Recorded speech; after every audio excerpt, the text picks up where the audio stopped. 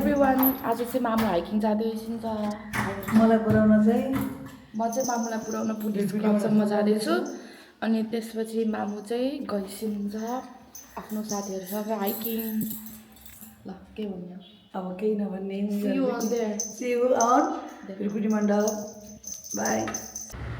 म चाहिँ पुगिसकेको छु भिरकुटी मण्डपमा गेटमा छु साथीहरूलाई कुर्दैछु साथीहरू कतिखेर आइपुग्नुहुन्छ हेर्दै हामी लगभग जना भइसकेका छौँ भाइ हेलो हाम्रो हाइकिङ आज स्टार्ट भइसकेको छ ल हामी साथी कुर्दैछौँ हेलो हामी दुईजना साथीहरू आइपुग्नु भएको छैन कुर्दैछौँ सुपर एक्साइटेड होइन अन द वे हो के भन्नु छ तिमीलाई भन त स्कुलको केही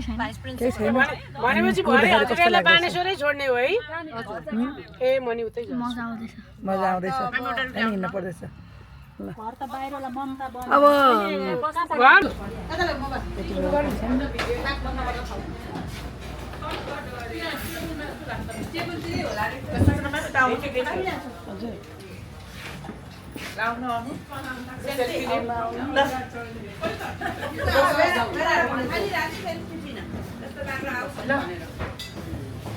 अब चाहिँ हामी हाइकिङ गर्दैछौँ साथीहरू तपाईँहरूलाई केही भन्नु छ यता हेर्नुहोस् त 1 घण्टाको 1 घण्टा सुरु हुँदैछ अब हामी जाँदैछौँ यता हेर्नुहोस् ल कता हो खै खै आएन ल म लामो ल्याउनु पर्ने छ सानो ल्याएको छु कि आवाज यति मिठो आवाज छ सरर सुन्नु सक्नुहुन्छ तपाईँहरूले यति मिठो आवाज सिधा सुरत हो यतै हो हामी आउँदैछौँ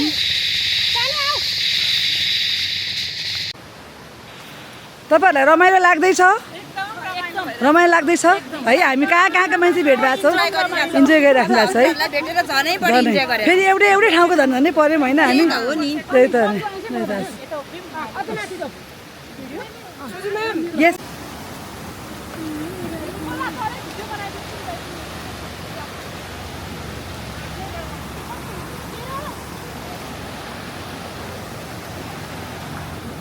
जुत्ता ए हामी देखेन अरे कि लु ओइ लड है भाइ साथीहरू कस्तो हुँदैछ एकदम रमाइलो हुँदैछ उही मिस नआउने जति मान्छे सबैलाई हामी मिस गर्छौँ तपाईँहरूले पनि हाई भनिदिनु ल मेरो सानो भिडियोमा आउँदै हुनुहुन्छ उहाँहरू पनि अर्को ग्रुप हुनुहुन्छ है परबाट पहिले यता यो जङ्गलको अनि त्यसपछि माथि जङ्गलको है ल आज कतिको फुल के गर्दा हो ल माथि भरे पहिला जङ्गलको यता घुमाउँदै अनि ल अनि हामी हिँड्दै आएको गुरुमा ल हिँड्नु त अगाडि अब यस ए रनी ल ल अब बाघ आयो बाघ डन आयो डन आउनु बर्दियाको बाघ आयो बाघ खोइ ज्योति म्याम सँगै एकैचोटि 4 जना आउनु त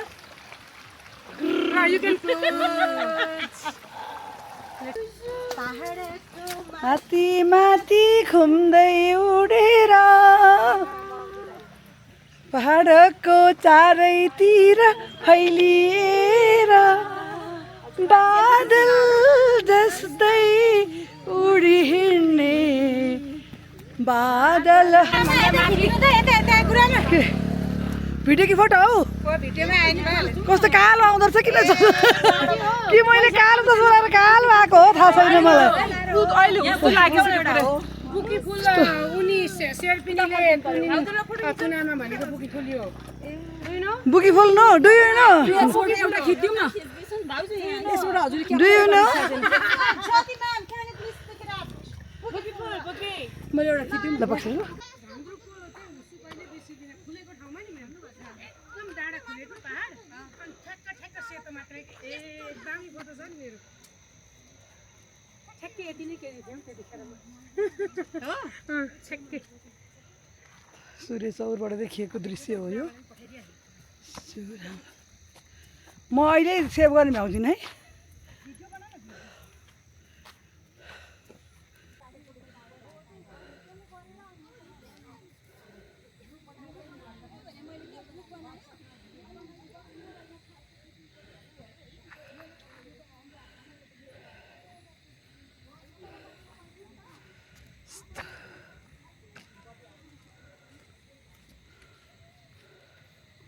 पोस्ट गर्न मन लाग्दैन हो मेरो यति फोटो छ नि सबै लक गरेर राखेको छु कि खिच्ने अनि लक गर्ने आफूले मात्रै हेर्ने भन्ने चना जोर गरम बेचिरहेको छ क्या यहाँ चटपट जो खान्छ चना जोर गरम बाबु मलाई मजेदार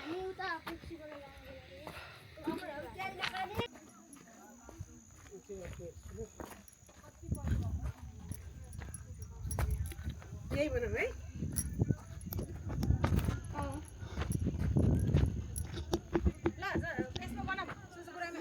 के बनाउने रे बाबु कसो गर्नु बाबु आइसिया मास्टर हेलो अलि नाच्न जान्नेहरूले भन्नु त नाच्दै नाच्दै जाने क्या अगाडि धेरै नगर्ने चाहिँ खोला बग्छ कि बाटो चाहिँ अलिक खोला खोला बग्ने नै रहेछ अलिकति हामी जङ्गल साइडतिर पनि छौँ कराउँदै हुनुहुन्छ साथीहरू वनमा लागेको गाडी छ साथीहरू पछि नै छन् जुगा लाग्यो जुगा लाग्यो जुगा लाग्यो मलाई आएछ के होला होला खै त मेरो कहाँ गयो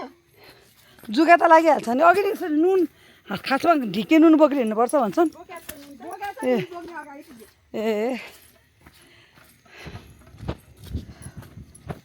अब धेरै थोरै बनाऊँ अघिको जस्तै अब चाहिँ पुरानो मोबाइल दिनु त पर्दैन अहिले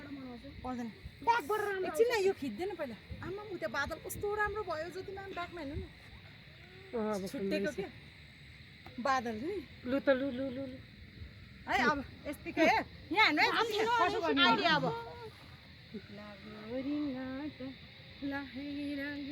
यतिको मात्र हल्लाउने अनि तीन पानी राशिले लाग्यो रिङ्गटा ल है यति मात्र हल्लाउने ल सबैजनालाई यसो हातमा ठाडै हल्लाउने ल बनाउने नि।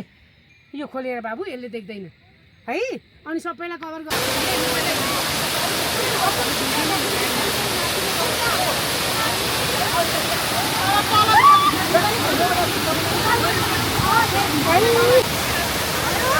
भयो भयो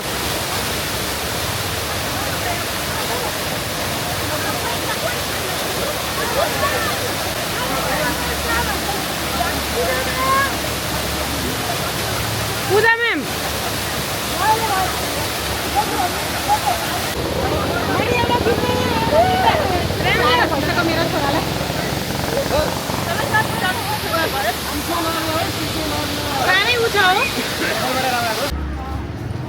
नदेखेको अलिकति ओहो भिड कस्तो पो रहेछ त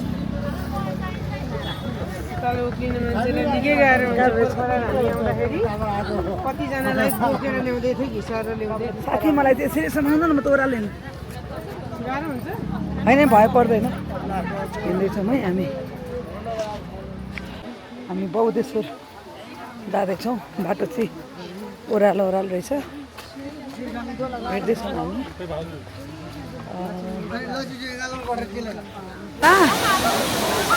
हामी चाहिँ खै यता कता छौँ हेलो हेलो फोटो खिच्ने हो फोटो खिच्ने के गर्ने हो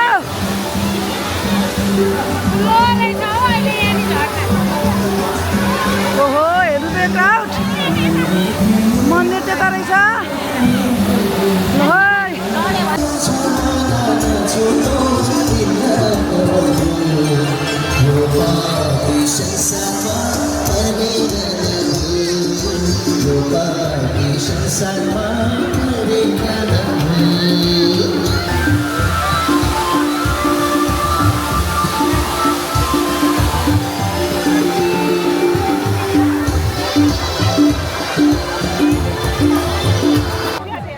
बनाएको छ शिवलिङ्गको रुद्राक्ष रुद्राक्षको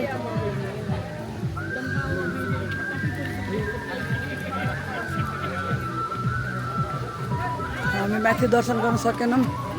एकदम प्याक थियो यो छँदैछ क्या अरे होइन होला है अब हामी तल अब एकैचोटि बाटो निस्किन्छौँ अनि अब आजको यात्रा चाहिँ अब घर गएर टुङ्गिन्छ म चाहिँ घर आइपुगेको अवस्था सकुशल घर आउँदा आउँदै मैले बाटोमा पर्स हराएर घर आउँदा कि उतै बाटोमा